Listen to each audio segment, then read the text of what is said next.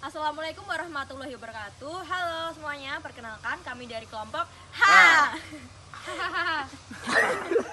Perkenalkan, nama saya Amanda Ainam Salsabila dengan NIM 150 dan rekan saya.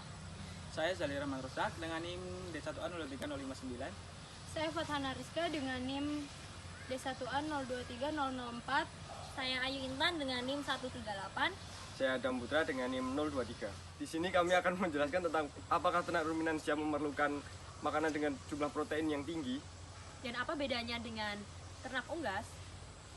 Lalu dampak dari kedua pakan tersebut bagi ternak unggas dan ruminansianya.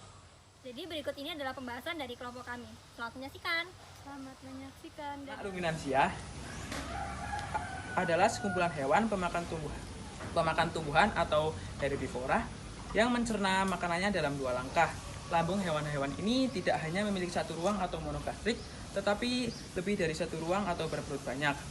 Semua hewan yang termasuk subordor ruminansia memamah biak, seperti sapi, kerbau, kambing, domba, jerapah, bison, rusa, kancil, dan antelop.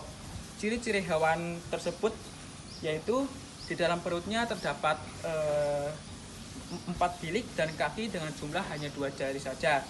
Memiliki gigi seri atas berkurang atau bahkan tidak ada. Biasanya makan atau memamah rumput secara cepat, kemudian memuntahkannya kembali dan memakannya kembali. Di dalam perutnya memiliki 4 kompartemen, yakni rumen, retikulum, abomasum, dan yang terakhir yaitu ada Unggas merupakan burung domestik yang diternakan oleh manusia untuk dimanfaatkan daging, telur, atau bulunya. Unggas memiliki beberapa karakteristik seperti memiliki bulu yang menutupi tubuhnya. Unggas juga memiliki jantung dengan 4 ruang, yaitu bilik kanan, bilik kiri, serambi kanan, dan serambi kiri. Unggas dapat dibedakan menjadi beberapa kategori berdasarkan habitatnya, yaitu ada unggas air, biasanya hidup di air dan memiliki selaput di kedua kakinya untuk membantu pergerakannya selama di air. Terus juga ada beberapa jenis unggas yang umum ditemukan, meliputi beberapa jenis unggas yang umum ditemukan yaitu ayam, itik, kalkun, dan merpati. Unggas sangat potensial sebagai penghasil daging yang relatif lebih cepat dan ekonomis dibandingkan juga menghasilkan telur sebagai makanan yang memiliki nilai gizi yang tinggi. Nah, yang berikutnya adalah perbedaan pencernaan unggas dan ruminansia. Untuk pencernaan unggas sendiri terdiri dari pencernaan secara mekanik, secara enzimatis, secara mikrobiologis, dan secara kimiawi. Untuk pencernaan secara mekanik, pakan unggas masuk melalui paruh dari pelakah dan dicerna oleh otot-otot dalam pencernaan dan dibantu dengan kerikil di dalam gizzard unggas itu sendiri. Dan yang kedua adalah pencernaan secara enzimatis. Di usus kecil, yaitu duodenum, jejunum, dan ileum, makanan masuk ke dalam dan berinteraksi dengan enzim yang ada di dalam usus, seperti pepsin yang membantu menggerakkan makanan dan memperluas permukaan untuk menyerap sari-sari. Selanjutnya adalah pencernaan secara mikrobiologis. Di usus kecil, makanan bercampur dengan enzim pencernaan intraseluler yaitu protozoa yang ada di dalam vakuola sel. Dan enzim pencernaan dari sitoplasma masuk ke dalam vakuola di mana terjadi pencernaan secara aman.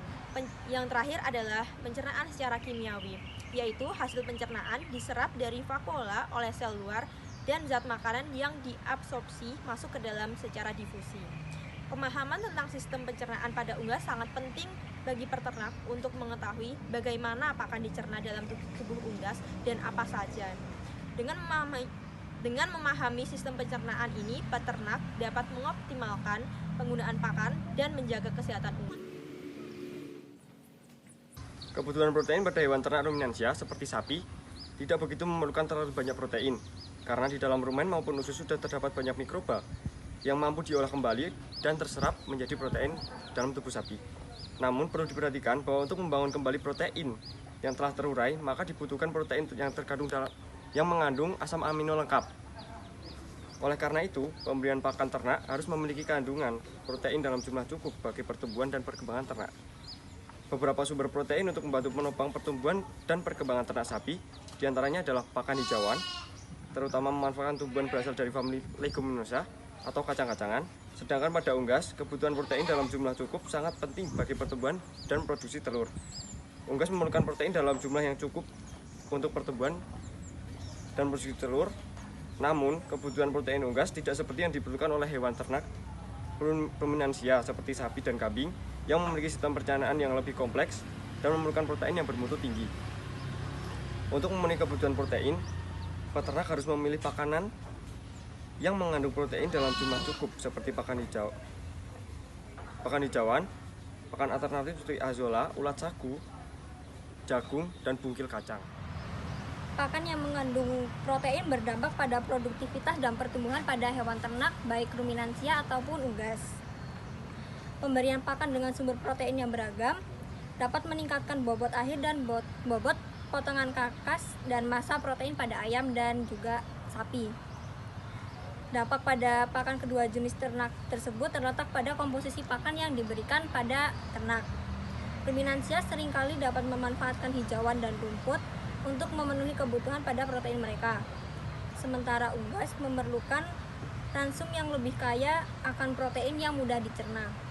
Hal ini dapat dipengaruhi formula pakan yang diberikan kepada masing-masing jenis ternak untuk memastikan mereka mendapatkan nutrisi yang sesuai dengan kebutuhan pencernaan dan pertumbuhan mereka. Sekian dari kelompok kami. Apabila ada kesalahan dalam penyampaian materi, kami mohon maaf.